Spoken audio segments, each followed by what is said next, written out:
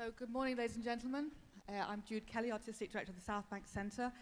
I always do this quick check. Anybody not been to Rest is Noise before? Just a smattering. Welcome. Did you come yesterday? No, so this is your very first day. Marvellous. I just say that because there's an awful lot of people who, when we started in January, probably thought, well, I'll give it a go. Some of them have been giving it a go every single weekend since then, and some have come sometimes and returned other times. So it's not a club, but it does feel like a sort of fellowship in some way. At least that's how we at Southbank Centre have come to think of it, because you've been so incredibly encouraging about the ambition of this idea being important. And as you've heard me say many times, the ambition of the idea was to place contemporary classical music into the mainstream of how we think modern culture is. Most people would think, oh, there's a new play on at the National, let's go and see it. Oh, there's a new exhibition on at the Tate, let's go and see it. But by and large, you hear there's a new composition on, and you won't necessarily say, we must flock. And we have to do something to change that. Because unless we do something to change that, then the young composers, brilliant as they are, really, they've got no audience to build on. And if you have no audience, it obviously refrains you from being at your most expansive and at your most ambitious. Partly because financially, if small audiences are all you can get, then small forces are all you can muster. And so there's a sort of inevitability whereby people start writing for chamber orchestras, which is a laudable thing to do, but you have to be able to set the stall out for the large-scale forces as well. But the idea of linking contemporary classical music to the culture out of which it is born, the politics, the history, the economics, the science, the technology, this is really the thing that excited me when I read Alex Ross's book, The Rest is Noise, and this is the journey we've been taking ever since. And so for those of you who have just joined today, there was absolutely no need for the audience to come knowing anything about classical contemporary music, and some of you still don't, let's face it. That's a joke. But to have an interest in society, to have an interest in the world. If you're interested in the world, then you'll probably be interested in art, and if you're interested in art, wouldn't it be great if you were interested in music of all kinds? So we have had a really tremendous year, and we're not yet finished, but this is the weekend before our finale, and the finale weekend is called New World Order, No Rules, which really is, well, what are we going to do in the 21st century? How are we going to celebrate and think about contemporary classical music in that century? Are we going to carry on calling it classical even? What, or has it merged into the stream that is just called modern music? To discuss when we all get together then.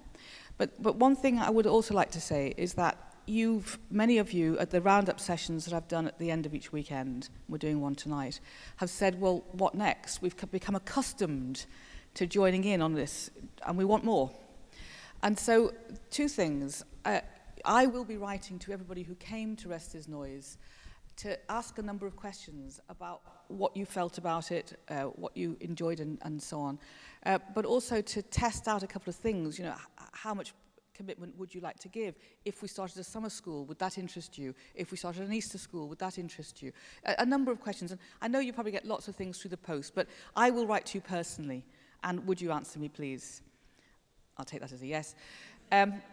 And then the second thing I wanted to say is that we are currently thinking very hard about what we will do next year. It won't be in January. Our new festival in January is called Being a Man, which I think a lot of you will want to come to. But we will, in 14, be thinking about how we do something of this nature, which combines looking at music through the eyes of the society from which the music was born. And we'll come back to you about what that's going to look like. But for those of you who have come today, rules are you haven't got to have known anything before you come, and you don't need to know anything about music or music terminology. And if you hear things that you don't know anything about, ask any of the team here. There's Ben Larpent there. Look, wave, Ben. Right, absolute music expert, as is Gillian Moore, who's about to come on stage with Steve Reich. And many others. But also, there's a fantastic group of people here in the audience who are all experts at lots of different things in different ways. And I always have said that really being quite ignorant is a marvellous starting point, because the more ignorant you are, the more you can learn. And it's so exciting learning things. So now we're really fortunate to have one of the giants of 20th century contemporary music. Last night, this whole hall was completely full. 2,500 people sat listening to Music for 12 Parts by Philip Glass. When it first came to this country, I think it was in Carlisle, he said there were 6 people, and in Liverpool there were 12 people, for Music for 12 Parts for 12 people in the audience. And then 30 years later, 2,500. So it is amazing what can happen as the momentum builds with great pieces of work. And of course, having Steve Reich tonight with his pieces will also be very, very exciting and still groundbreaking. It's still groundbreaking work. But this morning, to talk about his career and his work in society, we've got Gillian Moore, an absolute expert in her field, and in conversation with I still think he's irresistible. I'll just say that. Irresistible Steve Reich. Thank you.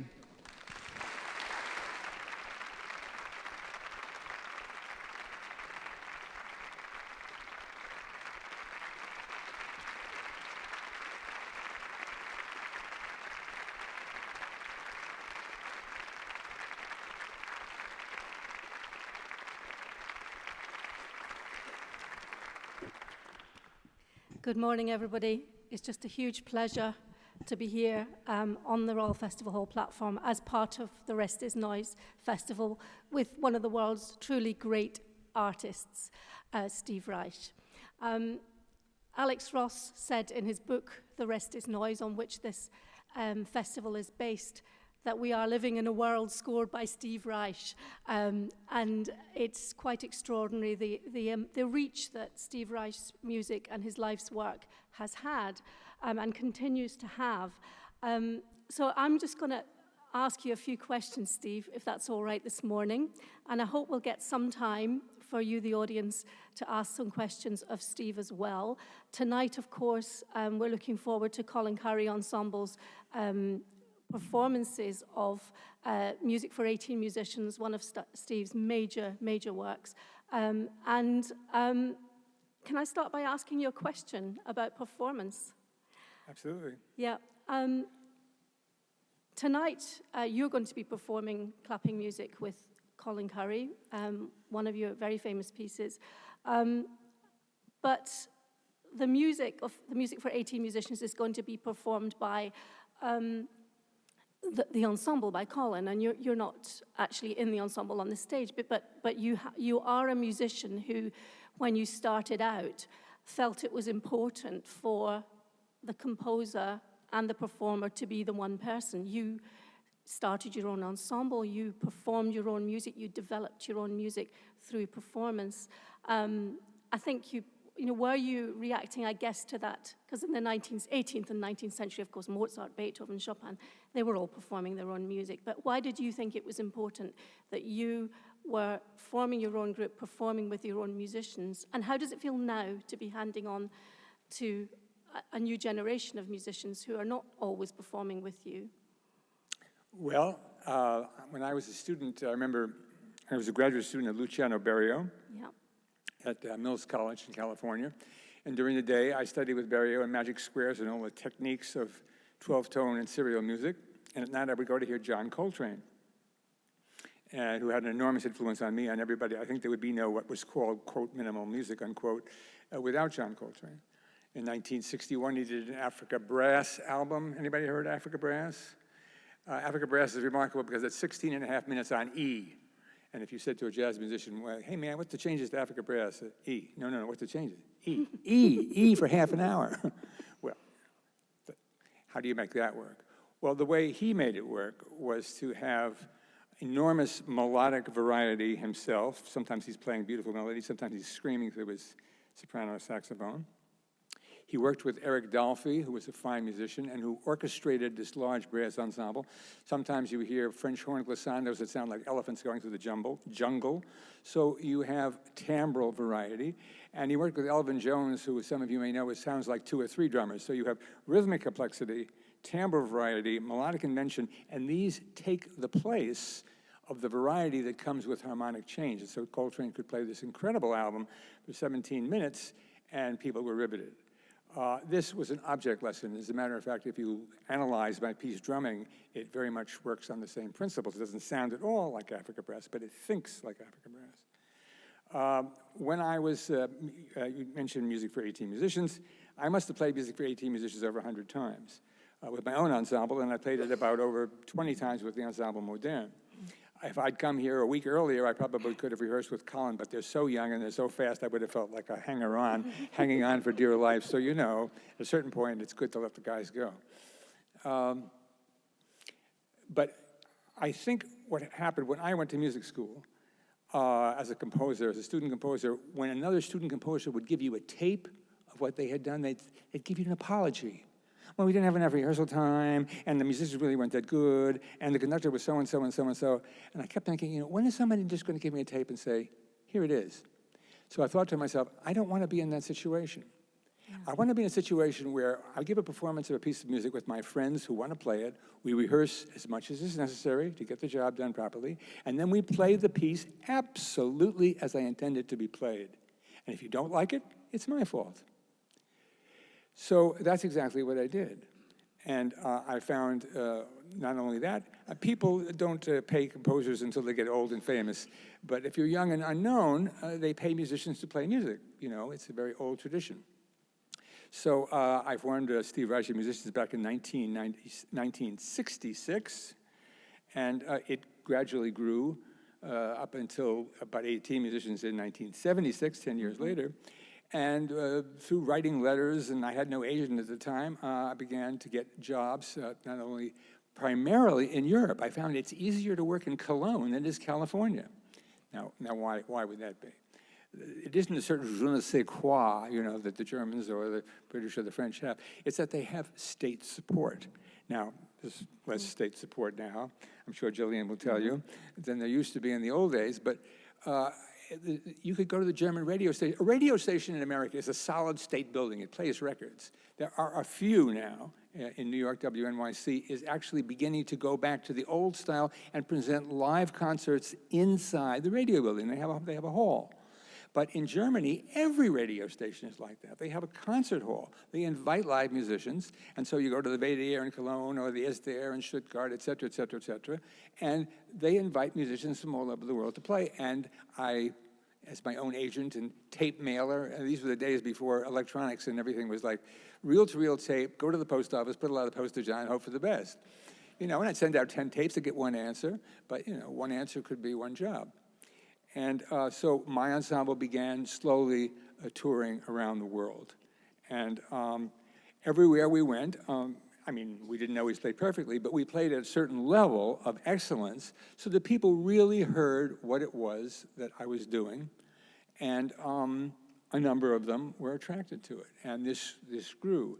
And I don't think that in my situation, remember, I think some of you, as I look around the room here, are old enough to remember, that I'm talking about the years 1966 through 1976 in particular. Now, at that time, do any of you remember what kind of music had to be written? I mean, had to be with a capital H. The kind of music that had to be written was the kind of music of Stockhausen and Boulez and John Cage, and if you didn't do that, you were laughed at.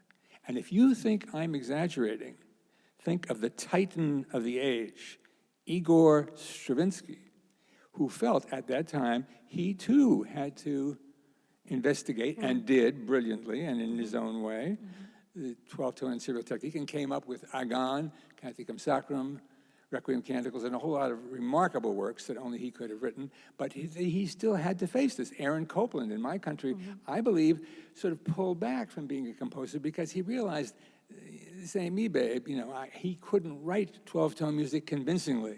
He wrote piece called Connotations, and everybody knew, well, this is not Aaron's forte. Yeah. But he couldn't write Billy the Kid. He couldn't write Appalachian Spring. Everybody would say, you're an old fogey. What are you doing that again for?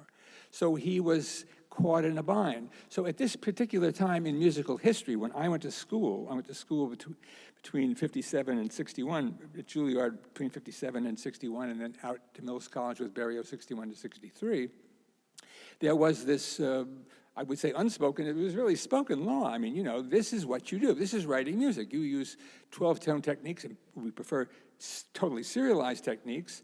And if you don't, you're just hopeless. You're just an irrelevance. And it was in my generation that we slowly said, I don't want to do that. I understand that the techniques involved, but I don't like the way it sounds. I understand it, I respect it, but I don't want to do that. I became a composer because I loved Johann Sebastian Bach, because I loved Igor Stravinsky, and because I loved bebop, Charlie Parker, and particularly the drummer Kenny Clarke and Miles Davis. And to come in where I had to listen to basically second or third generation Schoenberg, Berg, and Webern, done by Boulez, Stockhausen, and not so much Berrio, my teacher. Berrio was Italian. Mm-hmm. And he's not so doctrinaire.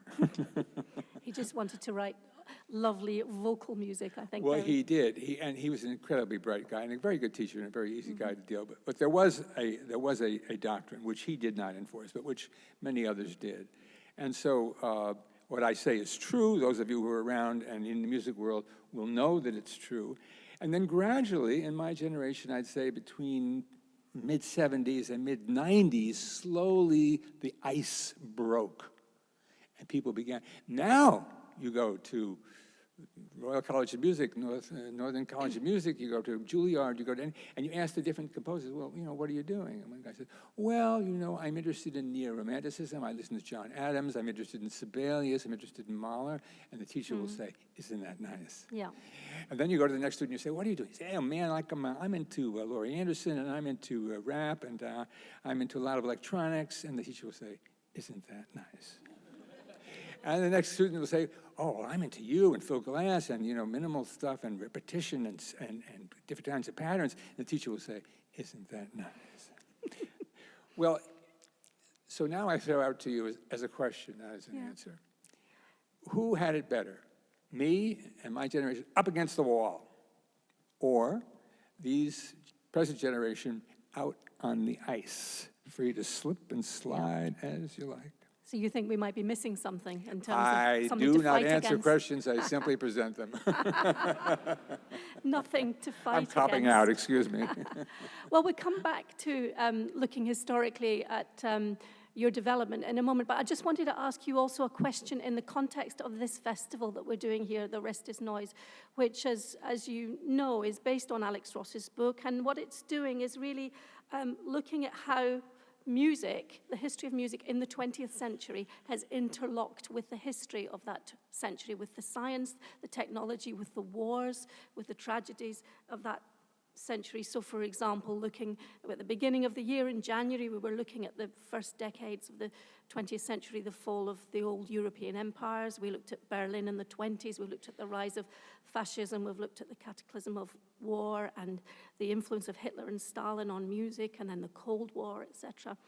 And it seems to me that looking at some of your pieces, but over the whole span of your work, that you've not been shy or afraid to tackle the big subjects in the world through your music. We'll hear this evening Come Out, a very early piece, which is to do, related to race riots in the 1960s, Different Trains, which is related to the Holocaust, the video opera Three Tales, which looks at, big subjects. How do you think your music has interacted with the big topics of the century, with the times we live in? We're in the 21st century now, of course. And how do you think that music can help us make sense of the world? Not in the least. Total waste of time.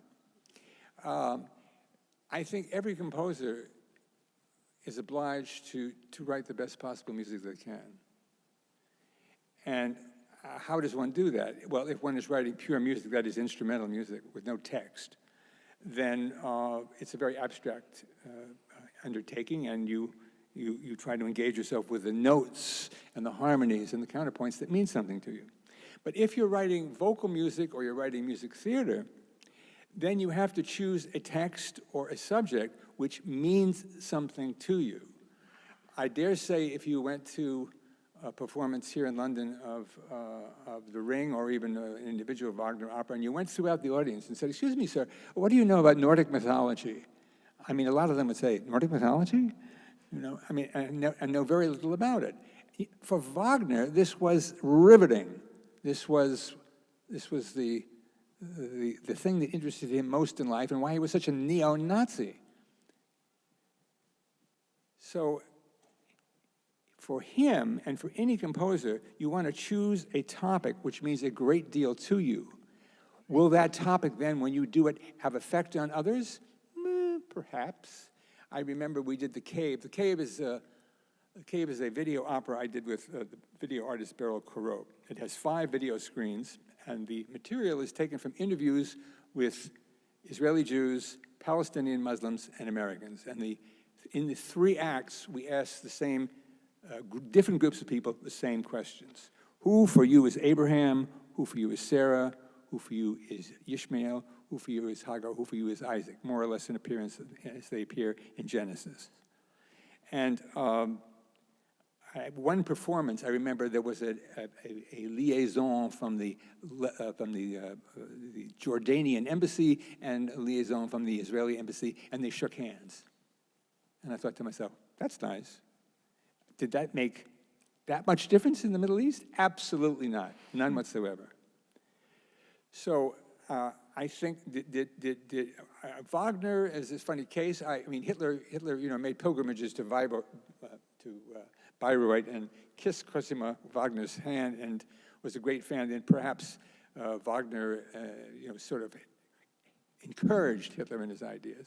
But that's a rare instance. By and large, music which is about themes of the day is great because the artist doing it, whether it's Melville writing about whaling, which was the industry in America in the late 19th century. There was no oil, there was whale oil.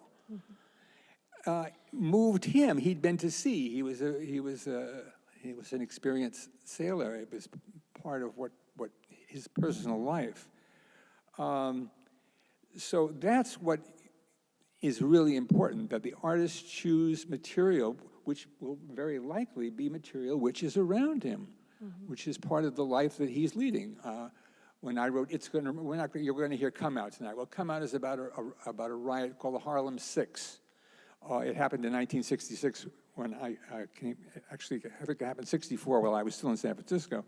6 black kids were arrested. A white woman had been killed. One of the kids did it. 5 of them were either lookouts or not involved.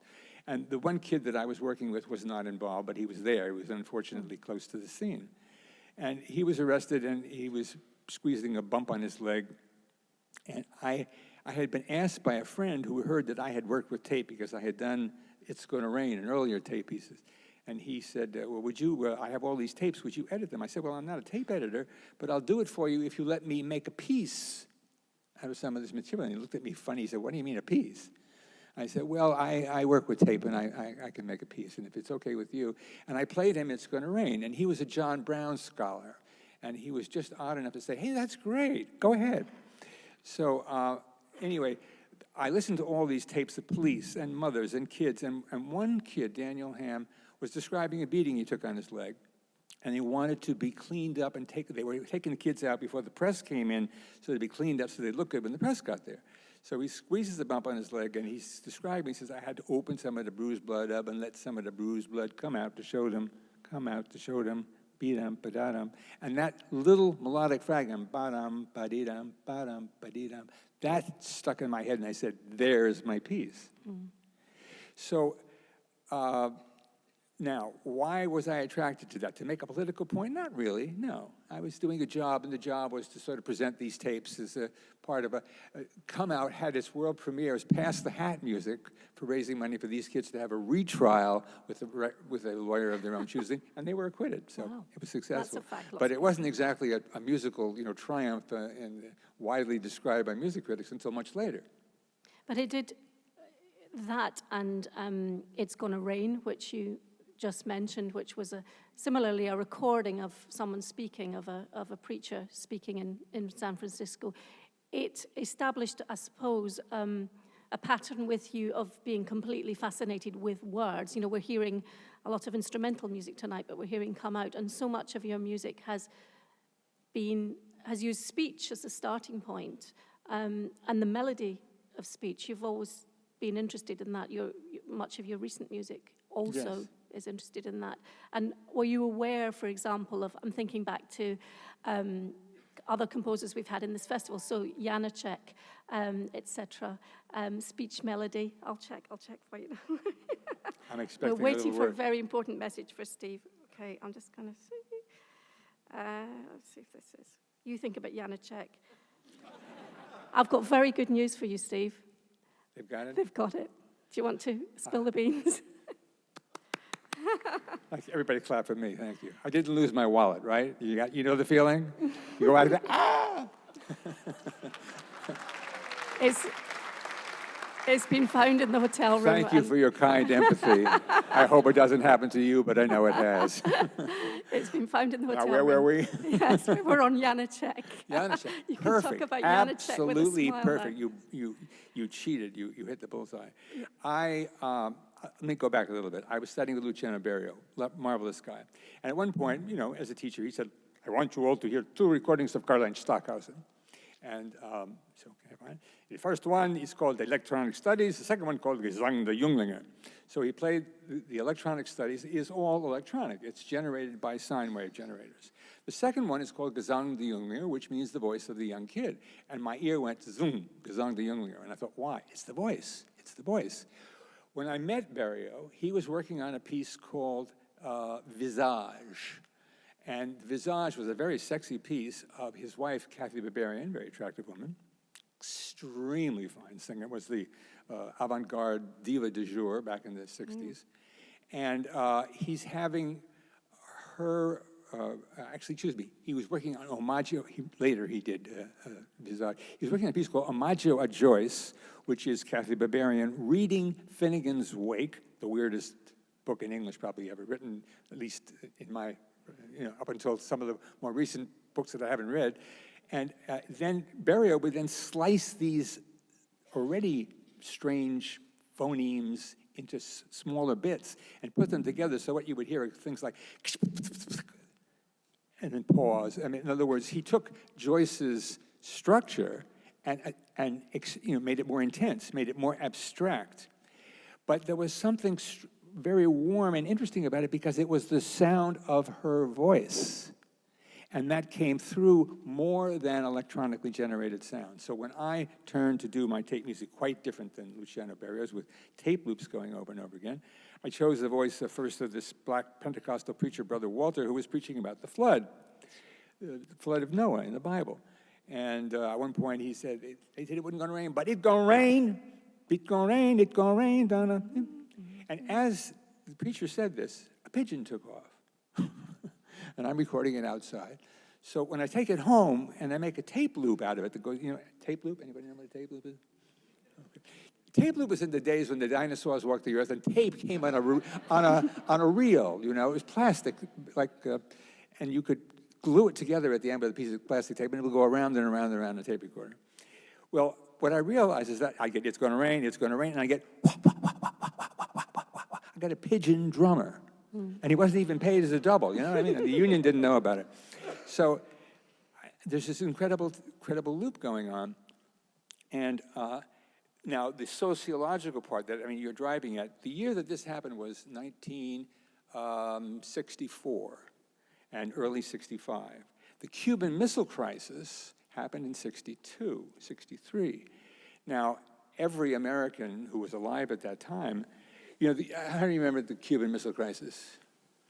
Okay, in a nutshell, basically Khrushchev ruled Russia, and John F. Kennedy was our president. And Khrushchev was sending over boats that were laden with missiles that had nuclear warheads, and he was going to install them in Cuba. And John F. Kennedy, unlike some of our more recent presidents, said, if you do that, we're going to bomb Moscow with hydrogen bombs. Now that is a little electrifying to hear that. So here these boats are coming, and they're not stopping, and here's Kennedy blockading Cuba. And a lot of us felt, you know, if this goes on a few days longer, we're all going to be radioactive smoke. Thank God Khrushchev backed down. Kennedy triumphed by being strong, and it didn't happen. But when this preacher starts talking about knowing the end of the world, this comes back at you. The end of the world is still hanging over our heads, if not by water, then by fire. So the piece has a intensity that comes from the loop, comes from the pigeon, comes from the context which I felt while making it, which was as a participant in the world around me. So I think that is one small instance of what you're and the talking Janacek about. thing is just Oh, about sorry. the melody Okay. of speech, yeah. Later in 1988, I made a piece called Different Trains. Anybody heard Different Trains? Okay. Different Trains is basically, when I was a kid, my parents were divorced. My mother was a singer-songwriter, my father was a lawyer, and they got divorced when I was 1 year old. They really were a mismatch. I guess the only reason they got married was to have me. Don't figure out why, but accept it. And she went back to California. My father stayed in New York, and the courts worked out what they call divided custody. So I had 6 months in New York with my father, go on a train with Virginia, my nanny, 1 day to Chicago, change trains, 3 days to Los Angeles. So 4 days on a train, then 6 months in California with my mother, back on the train, 3 days to Chicago, 1 day to New York, 4 days back in New York. Now, if you're 2 years old, 3 years old, that makes an impression on you. And it made an impression on me. When I was asked by Betty Freeman, American patroness, wonderful, wonderful woman who's no longer with us, back in '87, would you write a piece for the Kronos Quartet? I said, oh, I'd love to, because Kronos was up and coming, and that seemed great.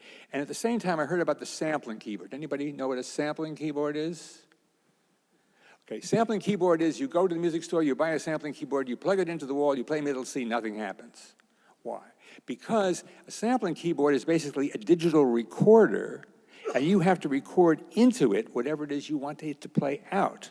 So you could record Beethoven's Fifth, you could record your dog, you could record your voice, you could record the telephone, whatever you like. And then when you play middle C or whatever note you've assigned it to, it'll play that back. And I said, that's what I want. I wasn't interested in synthesizers that's, you know, it's not really a violin, but it sort of sounds like a violin. The hell with it, I want a violin. So that's the way I work. But when a sampler can bring in a human voice on the and of 3 of the 5th measure, hey, now we're talking about something. So I was working, and my wife, the video artist, Bill Cross, said, why don't you use this sampler with Kronos? They'll love it, and you'll love it. And so I decided, okay, great. There'll be voices. I didn't know what the voices would be. First I said, oh, I know, it'll be the voice of Bela Bartok. I mean, what else? Bela Bartok made recordings in New York City shortly before he died in 1945, and they were available on recording. And then I began thinking, no, wait a minute, I'm writing for string quartet. Do I want Bela Bartok sitting on my shoulder while I'm writing a string quartet? I don't think so. I mean, Bela Bartok and Beethoven wrote the greatest quartets that have ever been written. And, you know, I'm okay, but, you know, hey, you got to know when you're out of your league. And so I let that go. Then I thought, I'll get the voice of Ludwig Wittgenstein. I'd studied him at Cornell, and he was a fascinating man. But Wittgenstein was a recluse. It was 1950. He died in 51. There were only wire recorders. He's the last person in the world that would have gone near a microphone. So there were no recordings. So then I scratched my head, and out of the blue came, hey, these train trips I took as a kid. So to make a long story short, I started recording my governess, my nanny, who is now in her middle 70s, living out in Queens, in a bedroom borough in New York City. And I said to her, Virginia, let's talk about the old days. And we reminisced about these train trips that we took across the country. Then I discovered Lawrence Davis, who was a black retired Pullman porter whose greatest days were on these trains going from California to New York, taking soldiers who were going to go to Europe and soldiers from New York and New Jersey going across the country who were going to go fight in Japan. And he was dying to talk about it. As a matter of fact, the Smithsonian recorded him as American oral history. So I had these recordings. Now, as I was making these recordings, I began thinking, what years did I make these trips? 1937, 1938, 39. Well, what was going on in the world during those days? Well, We all know what was going on in the world in those days. Mr. Hitler was taking over the world and grabbing every Jewish kid he could get and every Jewish adult to get and carting them off to Poland and up the chimney. So if I had been born in Brussels or in Dusseldorf or in Budapest, you and I would not be having this conversation this morning. So that made an impression on me. And I began thinking, if anybody asked me, Steve, would you write a piece about the Holocaust? I'd say, are you crazy? But what was Virginia doing? Virginia was reminiscing about her life. What was Mr. Davis doing? He was reminiscing about his life. So I thought to myself, if I can find recordings of Holocaust survivors talking about their lives, and I simply use their speech melody, dee-dum, ba-da-dum, exactly as they speak, so I write. It's like taking dictation, we call it in music school. And that's exactly what I did. So Different Trains is basically taking the dictation from Virginia, Mr. Davis, and these 3 Holocaust survivors who I found at an archive at Yale University. Okay, got done with the piece. The piece did very well. It kind of won a Grammy. And I was invited to speak at Juilliard, the school that I had been a student in earlier on. And in the back of the room was this elderly European gentleman. And when I got done playing the piece and playing, he said to me, do you know the writings of Leos Janáček? And I sheepishly said, no, I'm afraid I don't. He said, well, you should. And he said it in such a way that I thought, well, I should. So I did. So I bought a book called The Uncollected Essays of Leos Janáček. I guess he had a certain amount of humor. And he talks. Janáček used to walk around Prague with a music notebook, writing down not what people sang, but what they said. He didn't have recorders, of course. No, he was doing it by ear, writing down what they said. He even wrote down a train conductor. You know, in those days in Eastern Europe, every educated person was obliged to learn German. And Janáček, being a nationalist Czech, resented this. You know, he thought, German. I want to talk Czech. So he wrote down what the conductor announced the station, first in these major sevenths, how harsh and ugly in German, and then these beautiful broken triads in Czech. Isn't that lovely? And he wrote it out in notation. And then he said some beautiful thing. He said, speech melody is like a lily pad, and its roots go down in the water into the human soul. I mean, that's really where it's at. I mean, think of somebody recording you, and they play your voice for someone. Isn't that as much or more you than if I took a photo of you? What do you think? I'm asking this blonde woman I'm looking at. Answer me. No. What do you think? Honestly. Don't jump in now. Yeah. Come on, you'll have your chance. You don't want to answer? You're shy. I don't want to impose. Okay, you don't want to answer. Anyway, some of you obviously feel that it's true, and it's arguable. At the very least, it's arguable. Yeah. You've seen somebody on the street that you felt one way or another about, and then they opened their mouth, and you felt another way about them. Could be for the better, could be for the worse. As you hear me speak, you get to know me very, very well. I'm a fast-talking New Yorker with a high metabolism, and it's very obvious. Yeah.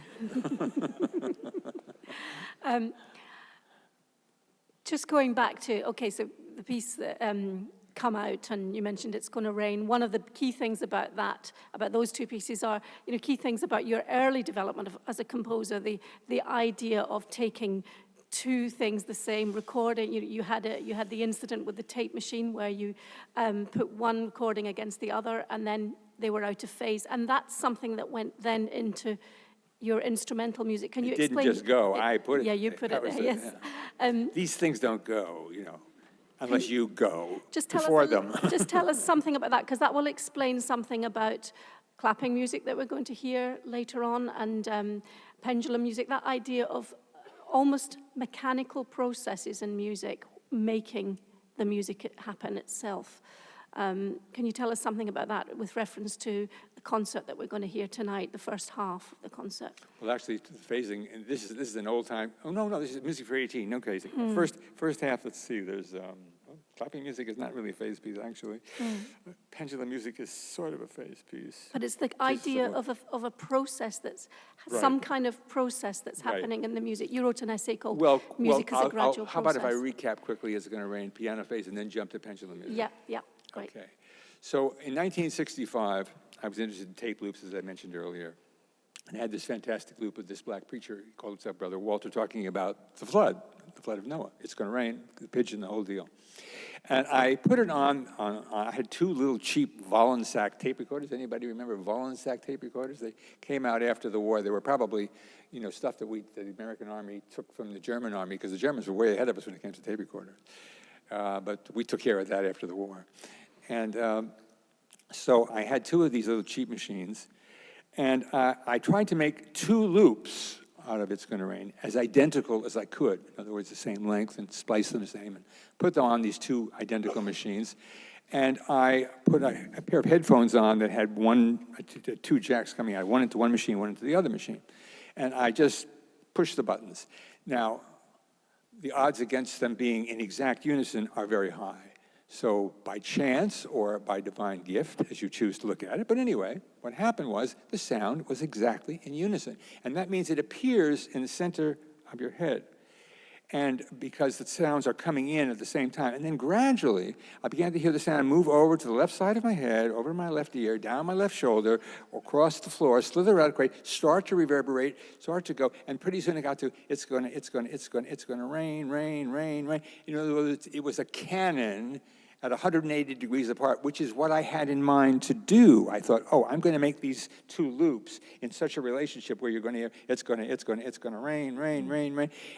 But what got me was starting in unison, and this thing just all by itself, because of the irregularities of the loop, because of the dirt on the tape machine, who knows what, slowly, so slowly separated until they finally got to this point. And en route, they would go through irrational relationships and then sort of rational relationships, and then finally into this particular one. And then they would go in retrograde, because the process kept on going, until, boom, they came back at the unison.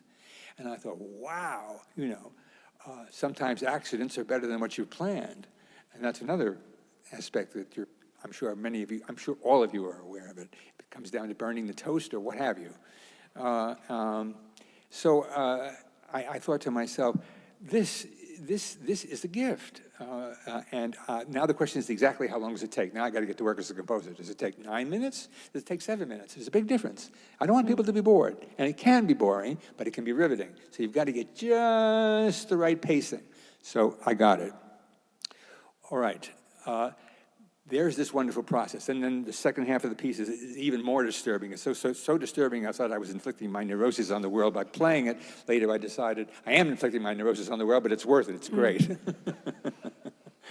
And then I made another piece come out, which you will hear tonight, which is a more elegant piece, actually. I mean, it is a civil rights movement piece, but it is a very elegant piece, if I may say so.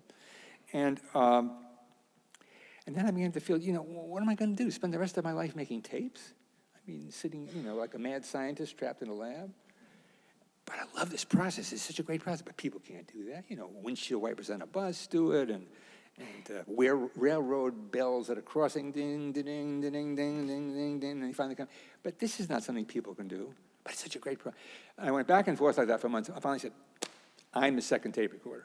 So I made a piano pattern, made a tape loop of it, put it on a tape recorder, sat down at the piano, closed my eyes, said, okay, I start in unison, and I go 1/16th note ahead of the pattern as slowly as I can, and I found to my amazement, I could do it. And what's more, doing it was great, because I knew what I had to do. I wasn't improvising, but I had to control my tempo in a way that I had never had to do before. It's like a meditation on tempo. It's like an etude on tempo, and it still is to this day. And I then thought, well, maybe I want a second pianist to try this. And I had a very good friend who I'd gone to Juilliard with, Arthur Murphy by name, no longer with us. And he did it at home because we had both graduated and we didn't have access to two pianos together in the same room. And he said, I can do it too. He said, I bet we can do it together. I said, I bet we can too. And a friend of ours offered us actually the first concert of my ensemble back in 1960. 7, out in a little college in New Jersey, Farley Dickinson College in New Jersey. And I said to the sculptor, I said, Gene, can we go out the night before and we just want to rehearse? But I really had other ideas in mind. We had to rehearse all right. So I said, Arthur, here we go. So I was the one, being the fast-talking New Yorker, I had to be the one that moves, and he had the one that stays put. And that's really much harder, because as somebody, if you're playing with somebody in unison and they began to speed up, it's very hard to not go with them, to say, no, I'm going to resist this. So Arthur had that part, but what we found, long and short of it, is, hey, look, Ma, no tape. We can do it. And that was just opening up the floodgates, and that led very quickly to violin phase and then to drumming. And then after drumming, I felt, basta, enough. Anybody else wants to do this, fine. But there is something about that music that, and you wrote an essay in 1968 called "Music as a Gradual Process," right, where you talk about, taking the me, the you, the she, the he out of it, and focusing on the it, and the process is what it's all about. The unfolding of the process is what the piece is all about. But there is something. It's quite extraordinary. There is real expression in that music. Yes. And I always spite react of it all. music. I always react emotionally to it. Right. And Otherwise, we wouldn't be having this conversation. Yeah, so where does that come from? It came from God. Yeah. If you're working, what Gillian says is quite correct. Basically, this process is working itself out. And that's the power of it. But it's, again, I said immediately, what's the pacing? How long does it take how long does it take for two pianists to go through from unison all the way back to unison, and then change patterns to do it again, and then change patterns to do it again? And back in the 60s, it took longer than it does nowadays because the world changed. And the piece is flexible. It says, 6 to 10 repeats. And, if you did 4 and you did 12, I wouldn't shoot you, In other words, there are parameters, but the parameters could create a 20-minute piece, or could create a 17, 18-minute piece. And these are processes, i.e., once I set them up, they are going to start in unison, go through a number of relationships, all of which work, and the pattern, but what's really the aesthetic part of it? What is the pattern? You've all heard the expression in computers, garbage in, garbage out. Well, it's the same true in music. You make a lousy pattern and say, well, I'll put it through this fancy process, it's still garbage in, garbage out. But if you take something that's really a good musical pattern, that's ambiguous as to where the downbeats are, so that as these different relationships have, the ear creates a whole lot of sub-melodies that are really there, then you have done a good job of doing something repetitious, which is not boring because you've built that into the music. So it finally goes back to, alas, you must compose whatever you're doing well, and then if you want to run it through some impersonal process, which I certainly did, she's right, it comes out being something which means something to people, and to this day the piece is played. And this was when I wrote that essay in 1968, I tried to stress to people, this essay, like all music theory, and that could be, how many people here are going through some kind of music training, studied 4-part harmony? Okay. Well, the rules of 4-part harmony, were abstracted from Bach's chorale. Bach didn't have those rules from Fuchs in front of him. He had extraordinarily good ears. And Fuchs abstracted from Bach's practice these rules of voice leading, which we call 4-part harmony. So basically, when I wrote this essay, Music as a Gradual Process, I said, this essay very accurately describes what I have done up to 1968, up to the moment that I'm writing this essay. It is not a manifesto for people to follow in the future. I think people who write manifestos are inherently stupid and crippled, and that goes for all manifestos.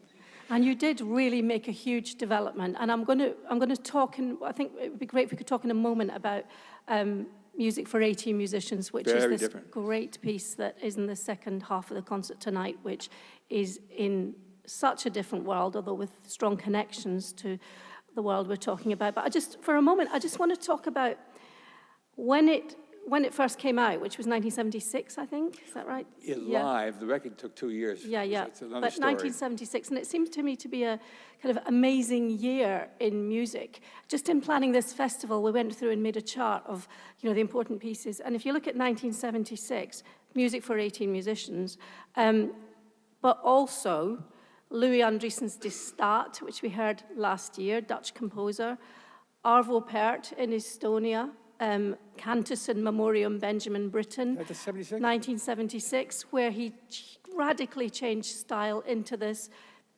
some would say minimalist, tintinnabuli, bell-like, much simpler style from being from being very much European avant-garde, post-war avant-garde before that. Gorecki's Symphony No. 3. And George Ligeti, the great Hungarian Middle European avant-gardist, wrote a piece called Self-Portrait with Reich and Riley. And the Ghost of Chopin. And the Ghost of Chopin is also there. So were you aware at that time that what you were doing, because there were reverberations around the world, were you aware of that? Because, Louis Andriesen's piece has to owe quite a lot to what you were doing at that time, and the Ligeti is quite explicit. I had no idea whatsoever, none whatsoever. I was working mostly in New Mexico at the first part of the piece, and then later on in New York. I had no idea whatsoever. As time unfolded, I began to realize that this was it was the bicentennial of the United States of America. That's right, it was. I was aware of that, and what you say is quite accurate and quite remarkable, and it was a remarkable deal. But at the time, I was just totally zeroed in on doing Music for 18. So can we talk about Music for 18? The thing that strikes me most about that, there was two things about it that just thinking about it this morning. It seems a piece where you really discover harmony publicly. Yep. You discover harmony, and also you create this amazing, gorgeous, upholstered sound world with those throbbing clarinets and pianos. How did the sound world come to you, and how did the idea for the harmony, the harmonic structure of that piece, which is a really remarkable thing about it? Well, up to 1973, I had been writing for multiples of the same instrument. Piano phases for 2 pianos, violin phases for 4 violins. Drumming is basically a good half hour for tuned bongo drums against tuned bongo drums. Then it shifts to marimbas against marimbas and female voices because they can sound like marimbas. And then it shifts to glockenspiels against glockenspiels. And at the end of the piece, for the first time, I felt obliged. Well, I've got all this hardware in the room. I am a Westerner. I've got to have a finale. I've got to put them all together. Little did I know it, but I was opening the door to take 3 steps backwards into Western tradition. And one of the pieces that followed that was 6 pianos, which was basically a throwback using multiples of the same instrument. Now, why use multiples of the same instrument? Piano phases, I didn't describe to you, but you're playing a pattern on the piano, and I join you in exact unison.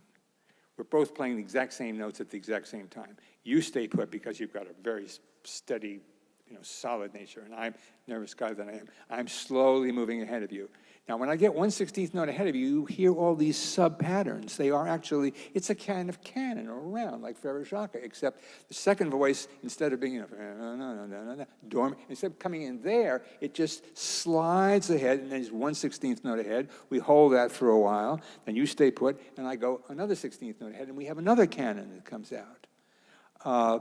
Now, what's the question here? What am I trying to answer? The question was about the sound world of it, and then the harmony. Okay, so the sound world. If you were playing harpsichord, and I were playing piano, and we were doing the exact same thing, it wouldn't work. You'd hear the harpsichord sort of doing one thing, and you hear piano. Even though we're doing the exact same, because the sounds have to be identical to lock together to form this web of counterpoint. And then we don't know what's she playing, what's he playing. As a matter of fact, it's scary because when you're playing, you sometimes know, are these my hands, or is that her hands? That's a spooky piece to play. So I wrote for multiples of the same instrument to create a web of counterpoint where the individual players would not be identifiable, and they would create this overall sound. Okay, at the end of drumming, I have to suddenly do something where drums are playing against drums, marimbas are playing against marimbas, glocks against glocks, but they're all happening at the same time. And this made me scratch my head. And the piece that followed 6 pianos in 1973 was called Music for Mallet, Instruments, Voices, and Organ, which right away suggests, obviously, here's a mixed ensemble. And that piece is kind of the granddaddy or the parent of Music for 18 Musicians. And in it, there are 4 sections set off by harmonic change for the first time. And there's a vibraphone that gives sort of cues.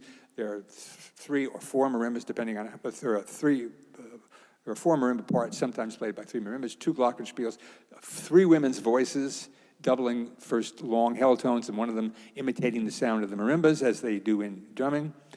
And it's a very rich-sounding, very attractive piece, which sort of won me over to, like, hey, I want things to, have harmonic movement, and I want them to have the beauty that comes from mixing instruments and dealing with exactly which instruments work with each other and how, which is, hey, what else is new? So in a sense, it's 1 step forward, 3 steps back. Music for 18 Musicians was like a full move back and said, why don't I just start this piece completely organized harmonically? And I sat at the piano and I worked out these 11 chords, which would be the basis of the entire piece, and that each chord would then be elongated. And while it was sort of hammered out by 2 pianos and 2 marimbas, and sometimes other instruments, a invention, if you like, would be played by other members of the ensemble. And what were the other members of the ensemble? There were 4 women's voices. 2 women were doubling the sounds of the clarinets, which means kind of like Ella Fitzgerald. Sort of scat singing adapted to sounding, in other words, where you're singing vocalese, trying to sound like an instrument. The other 2 women were sitting next to the strings, and they're singing sort of like, which is sort of what a fiddle sounds like, not just on the E string, but as it's in its upper registers, and a cello. So violoncello on one side, basic string section, clarinets on the other side. Now, during one rehearsal, one of the clarinetists happened to bring his bass clarinet, and I hadn't had a bass line for this series of chords. And so he looked at me, he said, hey, I got my bass clarinet here, why don't you write a bass line for this thing? I'm a very slow composer, but somehow I was able to sit down and fairly rapidly sketch out a bass line for this thing, and he started to play it. And I remembered Eric Dolphy, who I mentioned earlier. Eric Dolphy was a great jazz musician who introduced the bass clarinet into jazz. And he had a very interesting timbre. It was very, very raspy. He purposely made it a very abrasive kind of sound, not a lovely, mellifluous sound. And so I said to Les, can you kind of like get real close, if you get real close to the microphone, put the bell of the instrument close to the mic, which is the wrong way to amplify it, you get this extremely raspy sound. And he tried this, and I said, wow, this really works. And that was, the bass clarinet is actually the most noticeable sound in the piece. And when most people hear it on recording, they say, hey man, what synth patch is that? Yeah. And I say, surprise. It's also got the piece has got, I think one of the appeals of it for me is the fact that you've got this wonderful combination of breath. A lot of it's about breath, isn't it? The length of the breath at the opening. Well, I mentioned but I mentioned all the instruments in the front row. In the front row are like 2 women's voices, the violin and the cello. Then over here we have the 2 clarinets or bass clarinets, and in the back of them the 2 other women's voices. And in the back there are 4 pianos, which I used to play the one on the far right over there. This is the layout, by the way, we're looking at behind us. Yeah. That's it. Yeah. You're looking at it. And a vibraphone in front, and sometimes, and in the very back, 2 xylophones. So there's a raft of mallet percussion and pianos to keep up a steady pulse which never ceases throughout the piece, but which changes who is playing the pulse and the notes which they are playing. And that rhythm is quite fixed and doesn't change. But as Gillian very, very aptly points out, there is another kind of rhythm. The bass clarinets, basically, when they are harmonizing some of these patterns that are played by the clarinets, which would be dum ba dum ba dum ba dee dee dee da dum bum ba dum ba dee da dum ba dum ba dee dum. While that's going on, the bass clarinets are taking a big breath and playing a repeating note over and over again. For how long? For as long as the breath will comfortably sustain them. So they are literally breathing, and that's what you hear. You hear their exhalation. When they do that, the fiddles sort of imitate them. They make a crescendo as the clarinets are making one and come down with it. Back on piano 4, when they're playing those notes, I come in behind them so that you hear all this going on, and then you hear the piano sort of filling in that bass, which is now missing, and the cello and the piano 4 come in to fill it up. So you have the bass, the color of the bass is changing because of the different instruments. So in other words, what's happening in Music for 18 musicians is an enormous growth in the use of harmony to organize the piece, and an enormous growth of instrumentation. Basically, all the instruments that we have available to us, minus brass, which is significant because I've stayed away from brass most of my life, are there represented in Music for 18. So it became, in a sense, my orchestra or my sketch for a kind of ensemble, which has sort of persisted and grown and shrunk over the years. And it also turned out to be by the time we went through these 11 chords and had about 4, 5, 6 minute invention on each one of these things, all of which are completely written out.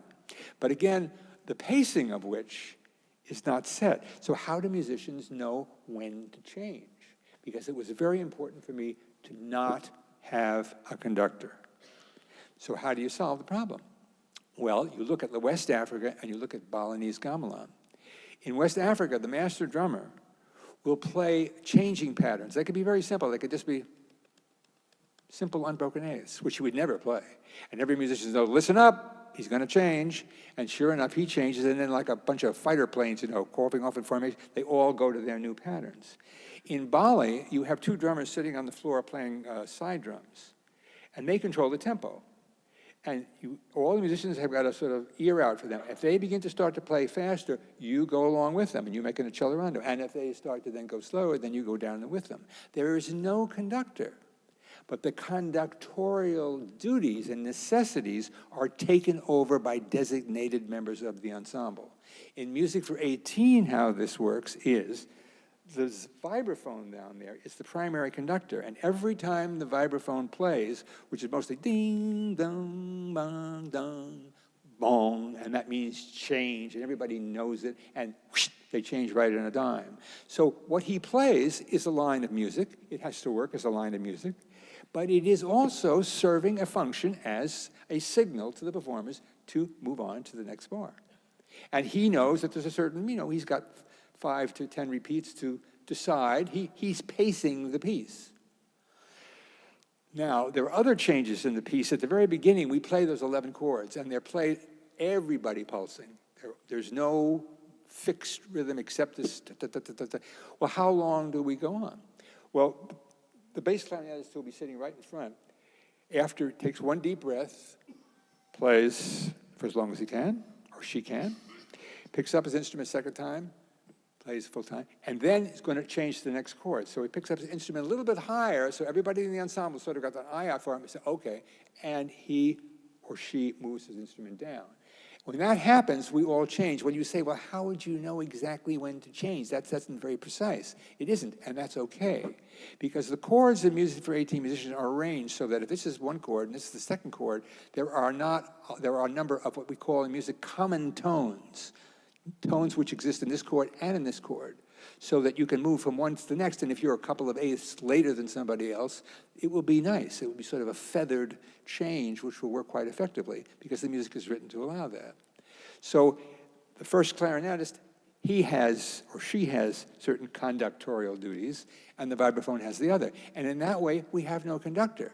So it is finally a very large piece of chamber music.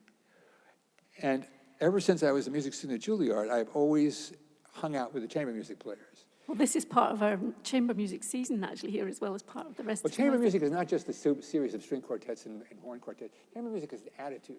Yeah. An attitude is that we're up here, we don't have a conductor, we're going to watch each other. You've all seen a string quartet play, and they move a lot, right? And they lean, and then they go back and forth. And that's not just to sort of impress you with their expressivity. It's to let the guy know, hey, why don't you play a little bit louder? You're not playing loud. Oh, good, that's great. I'll ease back up again.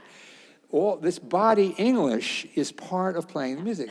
And a lot of the early score of Music for 18 was basically shorthand out of my music notebook. And a lot of it would say, look at Bob, look at Russ. Yeah. Because we were a fixed ensemble, and they would, as they were playing, you would get an inkling of how you ought to do things. They were essentially expressive markings put in human terms. So eventually now it's in a completely engraved, beautiful score that maintains the flexibility of the piece through means I won't bore you with. And that's what Colin Curry will be using tonight, and which the many ensembles all over the world have used and which works successfully. It's a truly great piece of music, and I remember when it came out, and you said it was 78, and it was certainly when I was a student. Yeah. It's just something that's very important to many people. Now, I did promise you questions, but because Steve has talked so fascinatingly, we're very short on time. Could we just have a couple of questions, please? Do we have? Just one with hair up here. Just one. Thank you. I run a lot, and I run a lot to your music. I run a lot. Can you hear me? She runs with your music. She runs with your music. Right. But recently, this digital recording ran out, and the next thing that came on was some Periton, so like Notre Dame polyphony. And they struck me. You're running with Periton? Yeah. You must be running very slow. Well, yes. 13th century French polyphony. But they're It very. depends what you're listening to. You could run fast or slow, I guess. I run fast to you and slow to Periton, but they struck me as very, very similar. So exploring a theme, a harmonic theme, and then kind of the polyphony coming out of that, and the space in the music and the density in the music. And I just wondered if polyphony had been an influence on you at all. Periton is one of my all-time favorite composers. I first heard him at Cornell before I even went to Juilliard. And what Periton and Leonine, his predecessor, are doing are taking the Gregorian chant. Let's say you had a little phrase, da-da-da, ma-da-ya, whatever. And they take that phrase and they elongate it so the ma becomes ma, quick, I'm running out of breath, somebody, and the second tenor, okay, ma. And while these two tenors are elongating this first syllable, other singers that you're running to go da da dee da dee da da da da da da da, which sort of sounds like street calls, and I think that's probably what they were. I think they rehearsed in Notre Dame and they had the windows open. Mm-hmm. And this is the first four-part music we have in Western history. It's quite significant, and it's quite different. Now, it isn't a drone, because ma-da-ya, remember? Ma, and then maybe 2, 3, 4 minutes later, re, and then that goes on for a long time. So it's as if you were watching a film, suddenly slowed in enormous slow motion. It's quite remarkable. And the other voices are moving along in what they call the rhythmic modes, mostly in groups of threes, and that's what you're running to. Did you know that I was a Periton freak, or did you? No, you didn't. No, it's just an accident. Well, and you can hear it in... You got the vibe, lady. And you can hear it in Music for 18 Musicians. And you can hear it in Music for 18 Musicians. I would not have done what I've done in life without Periton, and I always mention him as a primary influence. Another question there. Yep. When you compose pieces like piano phase and drumming, you start giving instructions like, accelerate very slightly and then they move forward. But like pieces like Tehillim and clapping music, they just have changes, they don't have accelerating. Why did you stop the instructions? In other words, clapping music is you just jump ahead. Because we tried phasing and clapping music and it was a joke. Russell Hartenberger and I started doing it phasing and we almost fell on the floor. Because it's so stupid or so ungainly to try to do this complex thing while you're clapping that it's like, it's totally out of place. So we decided, okay, Russ, just jump ahead 1/8 note. And that's what will happen tonight. That's the way the piece is. You just suddenly jump ahead of the head. And that was the end of the phasing. Clapping music is the end of the phasing process. All right, okay. We have maybe a last question here.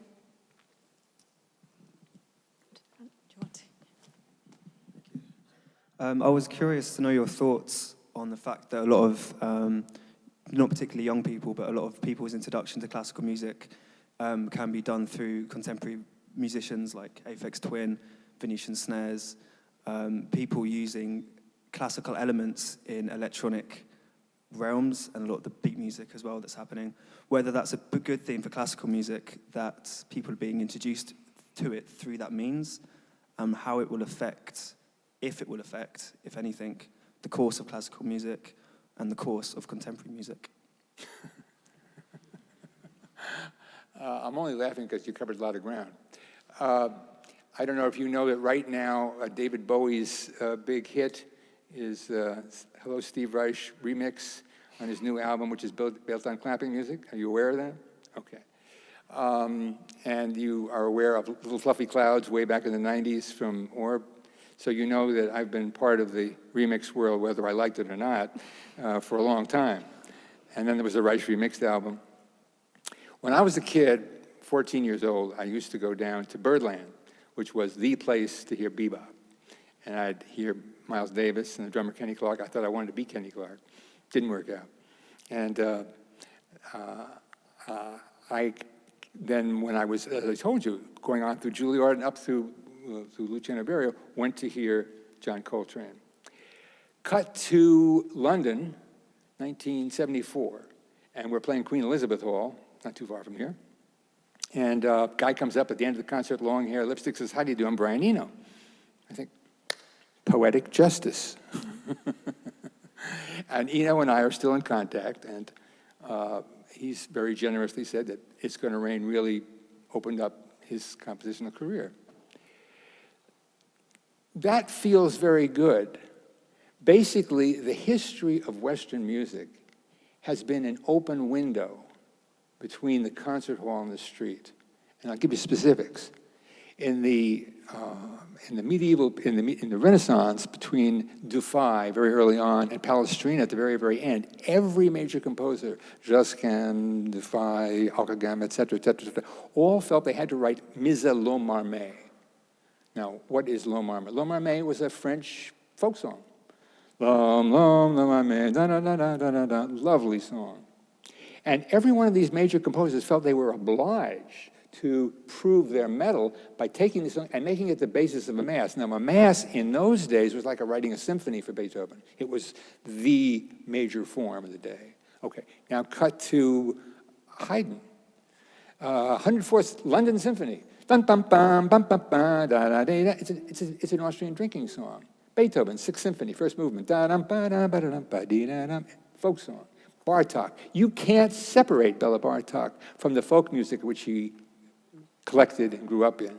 Now, I don't mean the folk song settings. I mean his string quartets, his abstract music. It's so embedded in what he does that it's just part of what he did. Stravinsky, the early ballets, he kind of lied about it, but Taruskin proved that it was.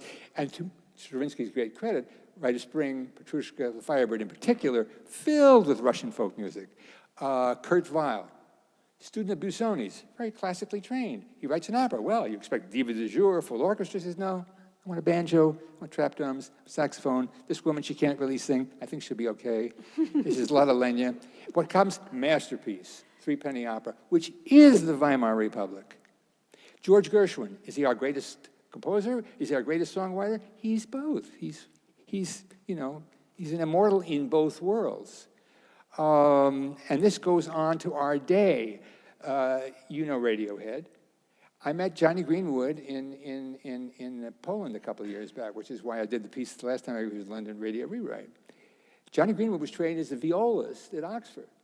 And his friends, kind of knew he was good. They said, hey, man, why don't you come on over and play with us? And he did, and his brother's in the band too. But he has maintained a life as a composer. So he writes There Will Be Blood. Have you ever seen the movie There Will Be Blood? If you hear that music, you would never think it was a rocker. You would think it was someone who listened to Messiaen, which he also listens to. Bryce Dessner, who has appeared a lot in London recently and who's gaining a lot of fame, went through Yale School of Music, was on my piece 2x5, which needed rock guitarists who could read, and forms with his brother, who can't read a note, Aaron, The National, which is a very up-and-coming rock group in America. Mark Stewart with Bang on a Can. Mark Stewart was trained as a cellist at Eastman, played the guitar for fun, came to New York, realized if I can read on guitar, I can make a living. And now he's Paul Simon's music director. You turn on the Grammys, there's Mark Stewart out in front, all his hair flying in the wind and, playing at the Grammys. So we're living in an age where people who are trained in conservatories can read music, love rock and roll. So Monday they play rock and roll, Tuesday they play written music.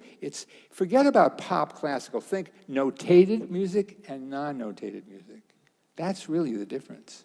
And they're both very valid, and non-notated music preceded notated music. I don't know if that answers your question, but it's the best I can do. We have to finish now. I just want to Thank thank you very much for much, coming. Steve Hope you like the Reich. concert. Thank you.